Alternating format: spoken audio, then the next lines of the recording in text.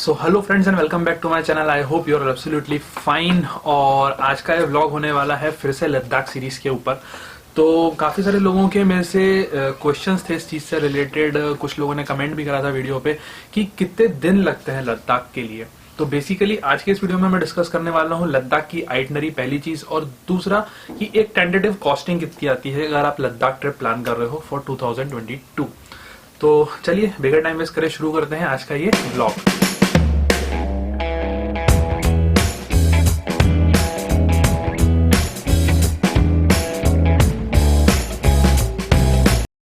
तो सबसे पहले हम बात कर लेते हैं लद्दाख की आइटनरी की। तो अगर आप लोग फर्स्ट टाइम लद्दाख राइड कर रहे हैं तो मेरा पर्सनल सजेशन है कि आप श्रीनगर वाले रूट से जाइए, क्योंकि एक्लेमेटाइजेशन की जो प्रॉब्लम होती है वो वहां आपको बहुत चांसेस कम हो जाएंगे कि वो प्रॉब्लम आए। ठीक है, तो बेटर होगा कि आप श्रीनगर वाला रूट लीजिए। अब बात करते हैं कितने दिन लगेंगे आपको इस राइड को करने में। तो मैं एक ऑन एवरेज आपको लेके चलता हूं दिल्ली से। ठीक है, अब इंडिया में आप कहीं भी हो तो आप दिल्ली तक का टाइम आपका जोड़ लीजिएगा कि आप कितना ट्रैवल कर सकते हो, क्योंकि दिल्ली के बाद का जो सिनेरियो है, मतलब दिल्ली से भी आप एक दिन तक और अच्छा राइड कर पाओगे, लेकिन उसके बाद फिर पहाड़ शुरू हो जाते हैं, जिस वजह से आपकी वो स्पीड नहीं मेंटेन हो पाएगी जो एक प्लेन रोड पे हो पाती है। तो सबसे पहले दिल्ली से आप पहुंच सकते हो। आपके पास दो ऑप्शंस होते हैं कि आप चंडीगढ़ होते हुए मनाली से निकल जाओ, शिमला होते हुए। ठीक है, वो छोटा रूट है और जल्दी भी कवर हो जाता है। अगर आप चाहो तो उसको 7 दिन में कवर कर सकते हो। लेकिन अगर आप फर्स्ट टाइम राइड कर रहे हो, जैसे कि मैंने वीडियो की स्टार्टिंग में बोला, तो आप श्रीनगर वाला रूट लो। तो जब आप श्रीनगर से शुरू करते हो तो आपको उसके लिए जरूरी है कि आप दिल्ली से सबसे पहले श्रीनगर पहुंचो। श्रीनगर पहुंचने के लिए मैंने जैसे लास्ट टाइम करा था कि मैं दिल्ली से एक्चुअली मैंने आगरा से लुधियाना तक की कंटिन्यूस राइड करी थी, और फिर उसके बाद लुधियाना से मैं गया था उधमपुर। तो उसी टाइप से आप भी प्लान कर सकते हो। आप चाहो तो दिल्ली से उधमपुर जा सकते हो और उधमपुर से जम्मू या श्रीनगर। कोशिश करिए कि आप दिल्ली टू जम्मू एक दिन में कर लें, जो कि शायद हो भी सकता है अगर आप अर्ली मॉर्निंग अपनी राइड स्टार्ट कर देते हैं, क्योंकि जो नेशनल हाईवे है दिल्ली के बाद से वो बहुत अच्छा रोड है। हाँ, ट्रैफिक उस रोड पे जरूर रहता है, लेकिन रोड की कंडीशन बहुत अच्छी है, जिस वजह से आप आसानी से डिस्टेंस कवर कर लेते हैं। देन अगर आप जम्मू पहुंच गए तो जम्मू के बाद फिर हमारा नेक्स्ट स्टॉप हो जाएगा श्रीनगर। तो जम्मू से श्रीनगर आप आराम से कर सकते हो, क्योंकि इससे पहले अनंतनाग वाले रूट के थ्रू होके जाना पड़ता था, लेकिन अब बनिहाल पे एक नया टनल बनने की वजह से अनंतनाग वाला रूट हमको लेना नहीं पड़ता, जिस वजह से काफी ज्यादा समय बच जाता है। लेकिन हाँ, बनिहाल का टनल पार करते ही गाड़ी का परफॉर्मेंस में ड्रॉप आप महसूस करोगे, क्योंकि वहां पे ऑक्सीजन लेवल कम होना शुरू हो चुका होता है, जिस वजह से गाड़ी की परफॉर्मेंस में फर्क पड़ जाता है। देन श्रीनगर से आते हैं नेक्स्ट। तो श्रीनगर से बहुत से लोग सोनमर्ग आके रुक जाते हैं और बहुत से लोग कारगिल। तो हमने जैसे लास्ट ईयर करा था कि हमने श्रीनगर टू कारगिल किया था। अब इस दौरान हम लोगों को जोजिल्ला पार करना पड़ा, और जोजिल्ला पास करते वक्त हमको बारिश भी मिली, ठंड तो रहती है वहां पे, आप जानते ही हो, और स्नो।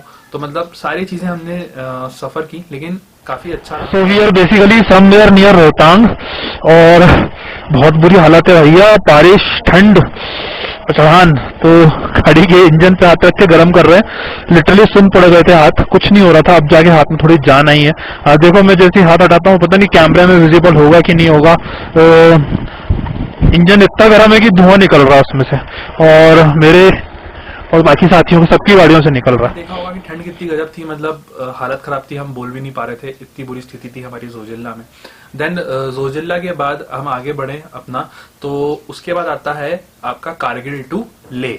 तो आप कारगिल टू ले कर सकते हो, एक दिन में हो जाता है, नो डाउट। रोड भी अच्छा है ये वाले हिस्से का, बीच में थोड़ा बहुत ही ऑफ रोड है, अगर है तो बाकी पूरा रोड क्लियर है। लेकिन एक मेरा पर्सनल सजेशन रहेगा, अगर आप जा रहे हो तो बीच में पड़ता है लमायरू।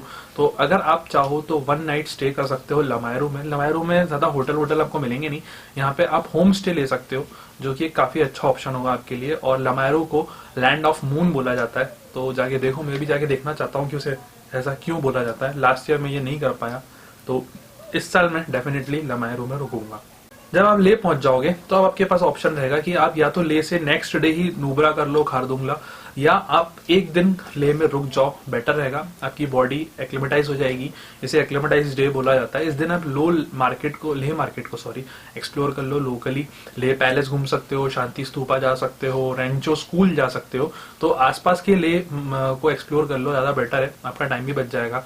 छोटा मोटा बाइक को भी सर्विस करवाना हो, चेक वेक करवाना हो, तो वहाँ पे रॉयल एनफील्ड का वर्कशॉप भी और काफी प्राइवेट मैकेनिक्स के दुकानें भी हैं, तो आप उनके पास जाके भी वहाँ पे अपनी गाड़ी को एक रूटीन चेकअप करवा सकते हो कि इतनी लंबी राइड के बाद आप आ रहे हो तो बेटर रहेगा।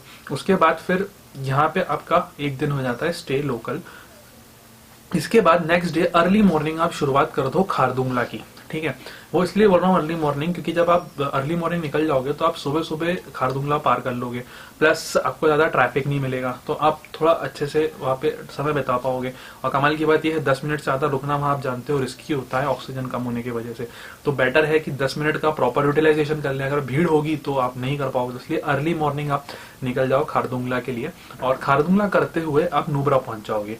नुब्रा जो है एक डेजर्ट एरिया है, तो नुब्रा आप जल्दी पहुंच जाओगे अगर आप अर्ली मॉर्निंग आपने खारदुंगला निकल गए हो और कर लिया है, ज्यादा स्नोफॉल या ऐसी कोई प्रॉब्लम नहीं मिली है, तो आप आराम से आफ्टरनून तक मतलब 1-2 बजे तक आप नुब्रा पहुंच जाओगे, नुब्रा वैली।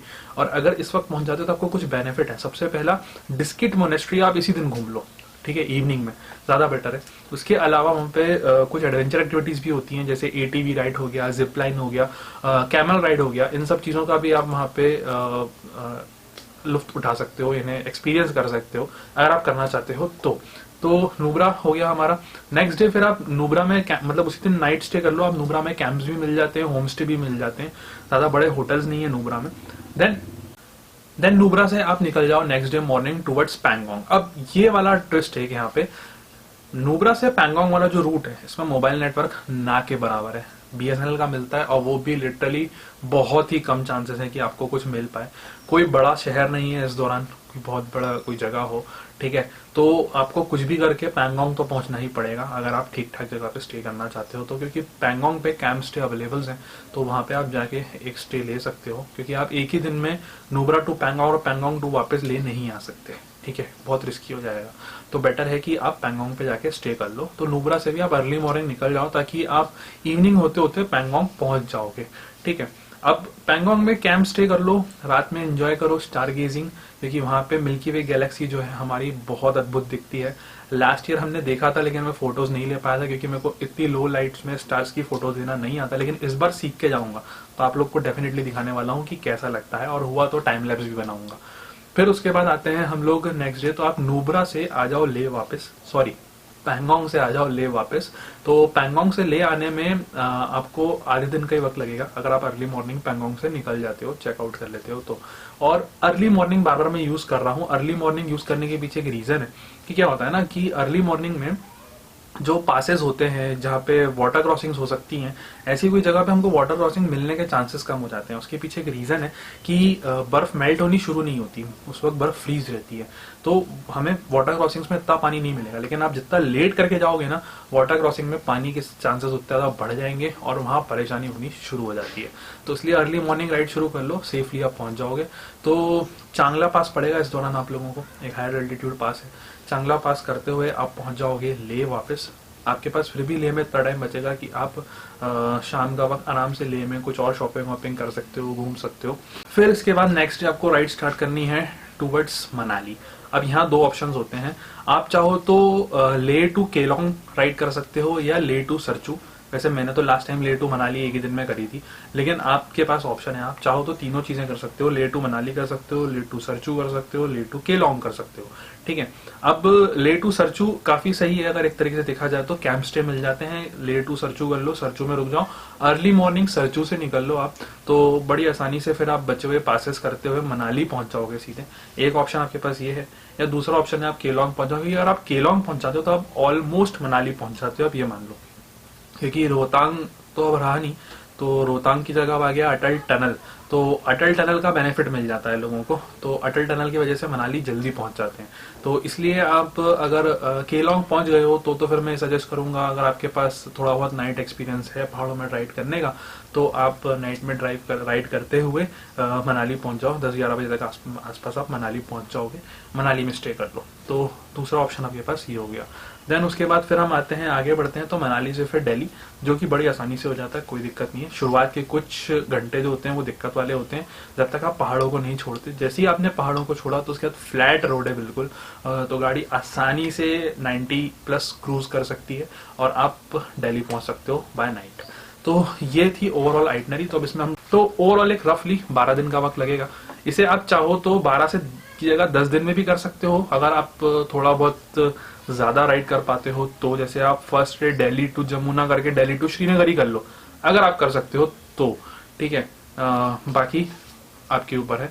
और एक आध दिन एक्स्ट्रा लेके चलना, क्योंकि सिचुएशंस कैसी भी हो सकती है, एनवायरनमेंट वहां पे आपके फेवर में नहीं रहती, तो हो सकता है कि किन्हीं परेशानियों की वजह से आपको एक आध दिन एक्स्ट्रा रुकना पड़ जाए किसी वजह से, इसलिए आप एक आध दिन एक्स्ट्रा लेके चलना इस पूरी राइड के दौरान। अब आते हैं बजट। तो बात करें बजट की, तो यार देखो, पेट्रोल का बजट तो मैं किसी का नहीं बता सकता, क्योंकि आप जिस बाइक से जा रहे हो उसकी फ्यूल इकोनॉमी अलग है। आपने जहां से राइड शुरू करी है और आप आगे जैसे जैसे बढ़ते होगे तो फ्यूल की प्राइस भी चेंज होती जाएगी सिटी के हिसाब से।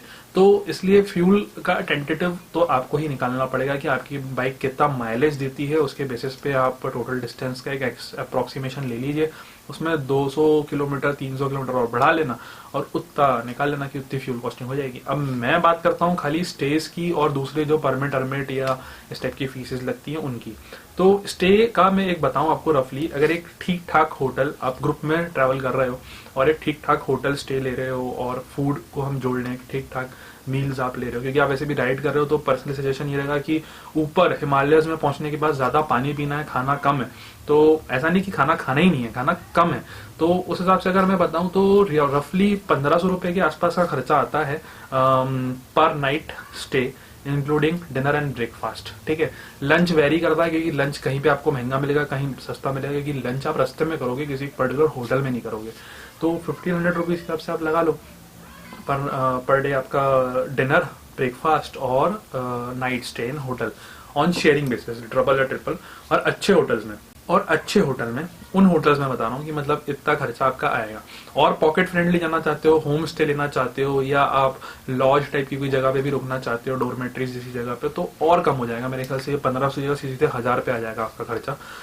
रही बात लंच की, तो देखो यार, लंच ऐसा है कि 200 रुपए के आसपास मान लो लंच का आपका खर्चा आएगा मिनिमम। मैक्सिमम तो फिर वो और भी बढ़ भी सकता है कि 300-400-500 रुपए भी, कि आप कैसा फूड प्रेफर कर रहे हो, खाने के ऊपर निर्भर करता है, सबकी डाइट के ऊपर निर्भर करता है।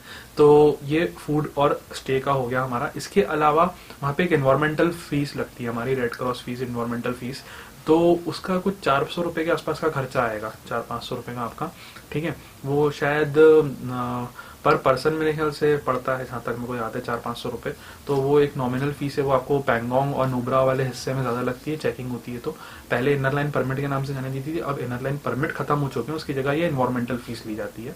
इसके अलावा कहीं कहीं कुछ कुछ जगहों पे आपको देना पड़ेगा एंट्री फीस। जैसे कारगिल में एंटर हो गए तो वहां पे लगेगा आपको एंट्री फीस, ऐसी कुछ जगहों पे लगता है एंट्री फीस। तो वो हार्डली 10-20 रुपए 30 रुपए होता है, उससे ज्यादा होता नहीं, और ज्यादा जगहों पे नहीं, 2-3 जगहों पर ही लगती है ये फीस, हर कहीं नहीं लगती। That's it. तो इतना ही खर्चा है एक्स्ट्रा हमारा राइड की प्रिपरेशन के अलावा। होटल, फूड, फ्यूल और एंट्री फीसेस जो होती है हमारी, जैसे डिस्किट मोनेस्ट्री में लगती है आपकी एंट्री फीस, कारगिल में मैंने बताया जैसे आपको लगती है एंट्री फीस, तो वो एंट्री फीस होती है हमारी। तो यही था ओवरऑल वीडियो। अगर दोस्त लोग अच्छा लगा हो आप लोग को ये वीडियो और इन्फॉर्मेटिव लग रहा हो तो प्लीज इस वीडियो को लाइक कर देना, शेयर कर देना अपने फ्रेंड्स के साथ जिनके साथ लद्दाख प्रिपरेशन कर रहे हो, तो उनको भी आइडिया हो जाएगा कि कितना खर्चा होता है।